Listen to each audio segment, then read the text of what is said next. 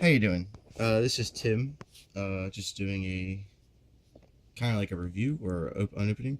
This is the cord that it comes with, the Xbox One controller, Elite controller. I have it plugged up for my phone charger. It works really great for that too. I use it for both. Um, and this is the case it comes in. It has a little Xbox logo right there, and it's pretty stiff, but not completely stiff. It's not like a hard shell plastic kind of case. This is the controller and the case. Up there, that's where the cord is when you open it for the first time. And a little net. You can stick other things in here. Um, like, I guess, a PC adapter or anything else that you would need that would fit in this case as a whole. So here's a controller. Mine's kind of dirty right now because I've been using it for Gears of War. Why are you auto-zooming somewhere else? Thank you. Sorry about that. And this is what it looks like when it comes with the box. Standard sticks, standard the D-pad that comes with it. The buttons are grayed out instead of white. The switch for the two profiles, and then you have the blacked out buttons, the silver matte finish up top, the rubberized textured finish up on the front of the controller, and on the silver also goes to the bumpers and the triggers. And on the back you have the battery door, the trigger stops, and the places to put the paddles as well as the paddle buttons. And yes, you can hit these without the paddles. They're just hard to do, so I wouldn't recommend it. I haven't really been using the paddles. So you also get the headphone jack and the I guess the Microsoft proprietary USB type thing, because that's pretty much what it is, at least from what I know.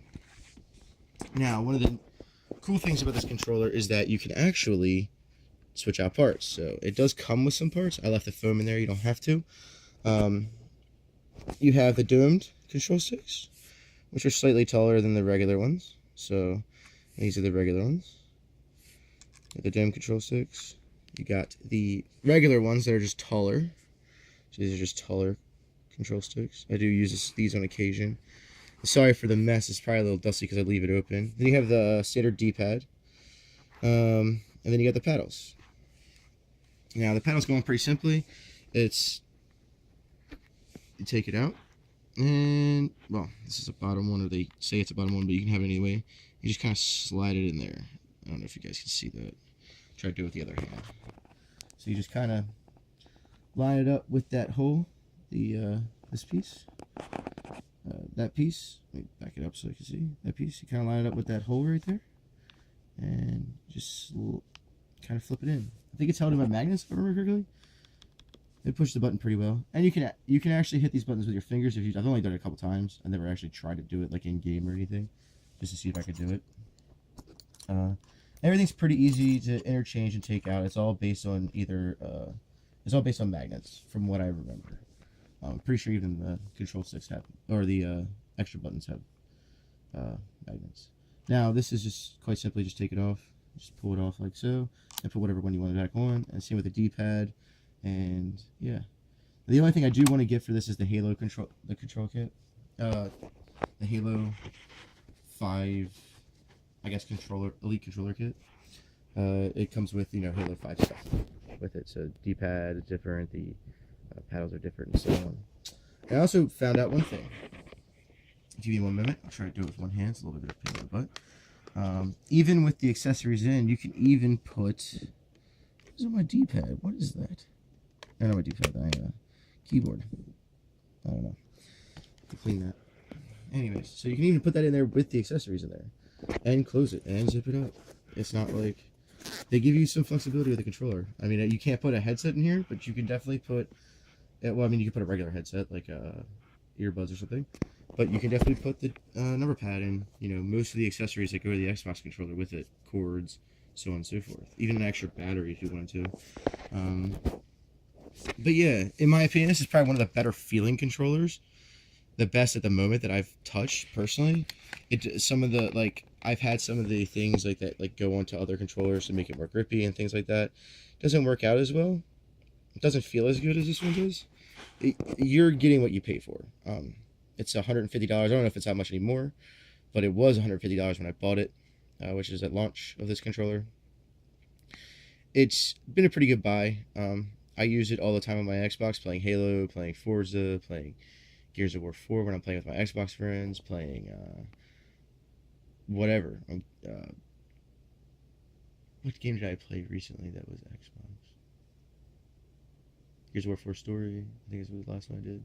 Yeah, I even play it with PC games too. Like when I just want to sit back and relax and enjoy uh, campaign or something. I do think it's the best controller because the software is pretty neat. I'll probably record something about that later on. Both from the Xbox or from the PC probably, because the Xbox One is. I'd rather just do it from the PC. It's easier to capture from. But yeah, it's a neat controller. I like it. I recommend anyone who plans on using the controller, at least for like if you're an Xbox controller or if you're an Xbox gamer or just play on the Xbox because it's what you're used to and that's what where your friends are at. I would recommend getting this if you spend more than 5 hours a week on the console. And if you're a PC player, I would recommend getting it just because of the way it feels. I mean, we buy all these high-end peripherals like keyboards and mice, and if you just want something to where you can sit back in your bed or you're on your couch or whatever to play just a campaign game or just a campaign part of a game or base game, doesn't matter. You should. It feels really good. It feels just as good as any of the high-end keyboards or mice out there. I think that's what they went with this. I think they went after went and looked at that market because it has the same kind of rubber textured grips as on my keyboard and mice. It has that rubberized texture feeling on the plastic, which is pretty nice. Now I have heard some issues with this. Apparently the bumpers will die out, or one of the bumpers will die out. I haven't had that issue yet, but maybe I'm just lucky. I don't use it all the time either. Like I said, I only use it to play Xbox games and campaigns on PC when I want to sit back and relax and enjoy the campaign instead of trying to get it done quickly. But yeah, that's all I have to say.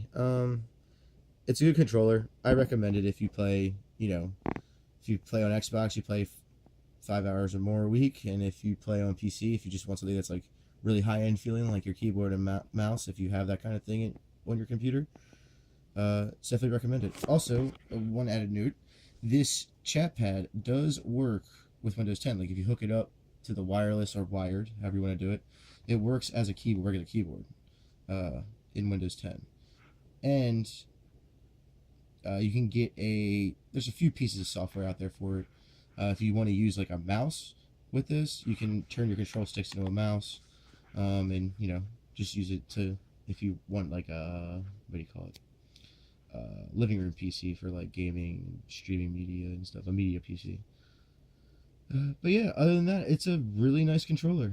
I like the fit and finish. I like the packaging you get with it. The only thing I do not agree with is that it doesn't come with a rechargeable one of the rechargeable batteries, which is stupid, and I think they should have added that for $150.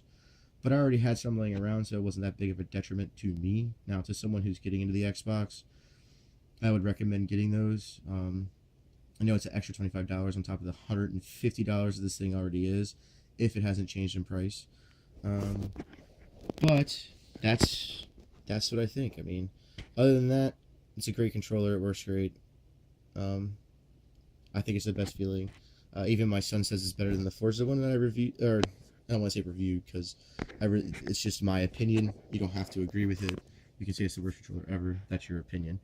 With the textured grips on the back with the Forza controller. So here's that. Here's the Forza controller, and this is my son primarily uses this one now, but I'll tell you that textured rubber grip. But this textured rubber grip is a lot different on the back. This one is thicker, meatier. This one's kind of thin, and it feels like it's more part of the body. This one feels like it's more. It doesn't feel like an add-on. I don't want to say that. It does feel like it's part of the body, but this one's just more tactile feeling. The switch for the triggers are there. Not really that big of a deal. It shortens the trigger throw. If you're playing first-person shooters, it's great. Or even, I've experimented with it in different games, with all kinds of things, with the D-pads, the everything. In racing games, one of the things that people I've noticed do is that they slam on the brakes. So because it just puts the trigger all the way down to stop.